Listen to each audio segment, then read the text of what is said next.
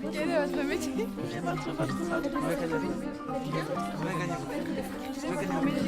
Quel est votre métier? Quel est votre parcours? Combien gagnez-vous?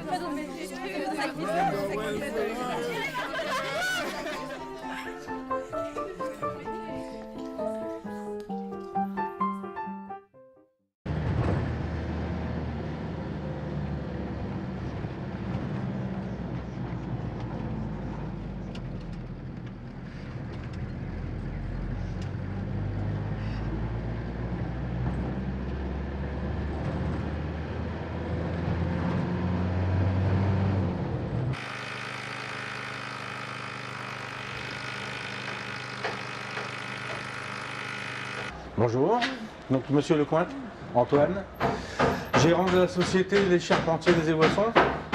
Donc nous sommes en charpente. Pourquoi avez-vous choisi ce métier? J'avais mon père qui était maçon, mon grand-père qui était charpentier, donc j'ai toujours vécu dans le bâtiment et sur les chantiers. Toutes mes vacances, je le passais avec mon père sur les chantiers, ou bien avec mon grand-père à faire le tour des maisons. Vous avez toujours été charpentier? Non. J'ai été conducteur de travaux pour les maisons individuelles, pour des pavillonneurs sur la région d'Amiens. Est-ce que vous préférez être conducteur de travaux ou charpentier? Gérant d'une entreprise, je préfère. D'accord. J'ai toujours voulu être indépendant.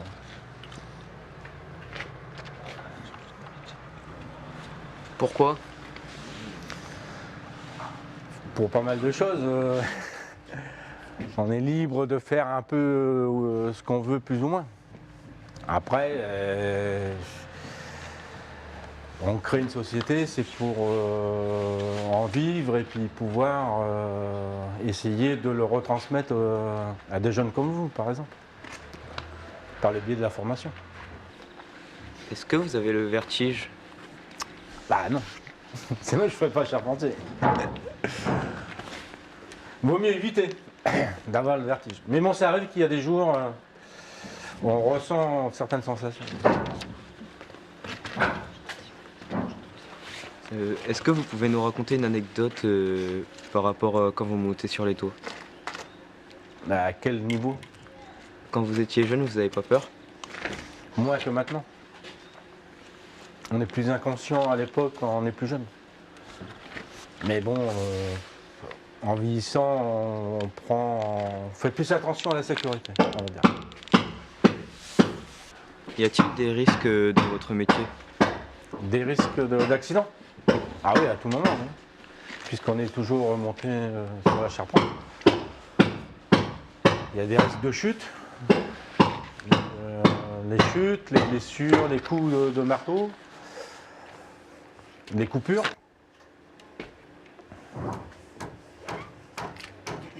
Ça vous plairait d'être en l'air? Oui.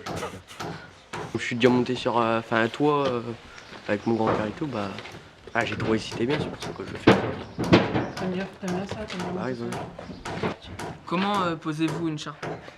Une charpente inertielle comme ici, donc on la reçoit par camion. Donc après on la décharge en la posant sur les murs de chaque côté. Et après à plat. Et après on relève élément par élément.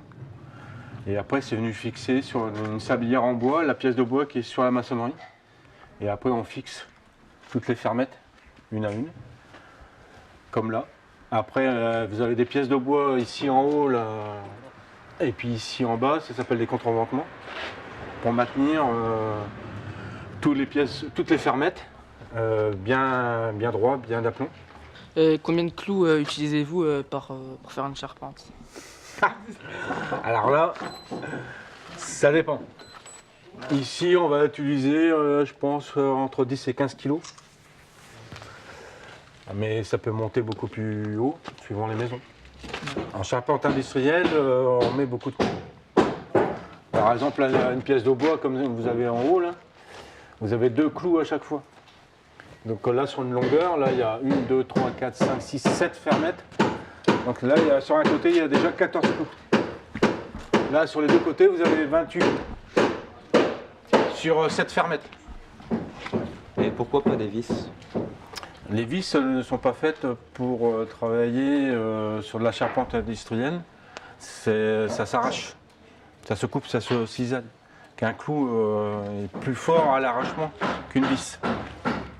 Là, c'est le plan de pose. On vous indique les écartements qu'on doit respecter pour les fermettes, qui sont ici, là. Et après, on vous indique les emplacements de châssis de toit, les traînées d'escalier et toutes les pièces de bois supplémentaires qu'on doit mettre dans la charpente. Ça, c'est la coupe de la charpente, où on vous explique tous les détails, tous les nœuds de charpente à effectuer. Et là, c'est tout ce qui est domaine sécurité et toutes les pièces de bois avec les intitulés pour le retrouver sur le plan. Est-ce que c'est difficile de s'y retrouver dans les plans? Non. Quand tu l'as appris, Pareil. donc en CAP, tu vas l'apprendre. Tu vas même les dessiner normalement. Et ça prend combien de temps pour faire une charpente? Donc dans celle-ci, là, on est à 2 personnes, donc nous on met 5 jours. À peine. Parce que je compte le jour de livraison. Donc souvent le jour de livraison, la matinée est prise par la livraison. Donc ça fait 4 jours et demi. Mais je compte 5 jours avec la livraison.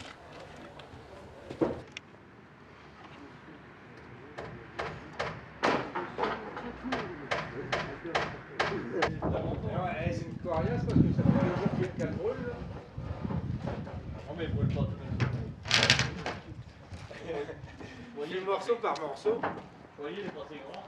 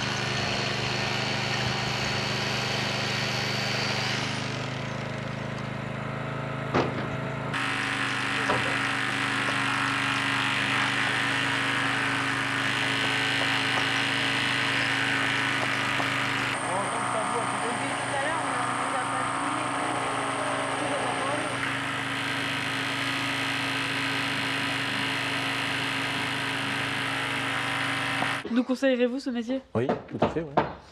Il faut bien qu'il y ait des personnes après nous qui reprennent le flambeau des charpentes, des charpentiers. Il Et en faudra toujours. et avec votre métier, est-ce que vous avez le temps de voir votre famille? Oui, le week-end. D'accord. Et le soir, je suis à la maison. Je suis présent, on va dire.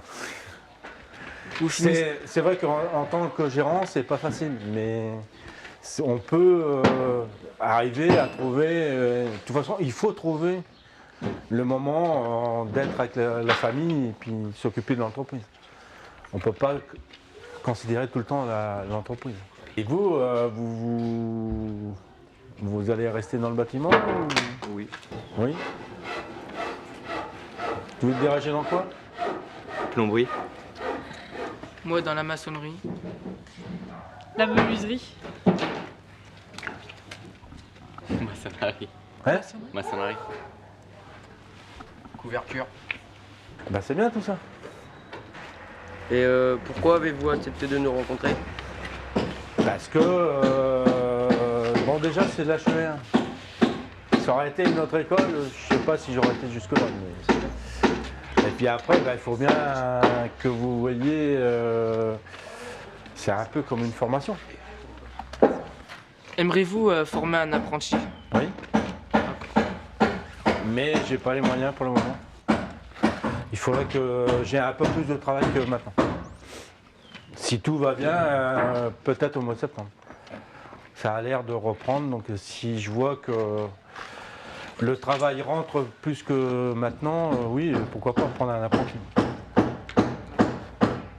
C'est mon but, mais pour l'instant, je peux pas. Merci. À bientôt. À bientôt. Et bon courage pour la suite. Bah oui, On se verra peut-être un jour sur les chantiers. peut-être.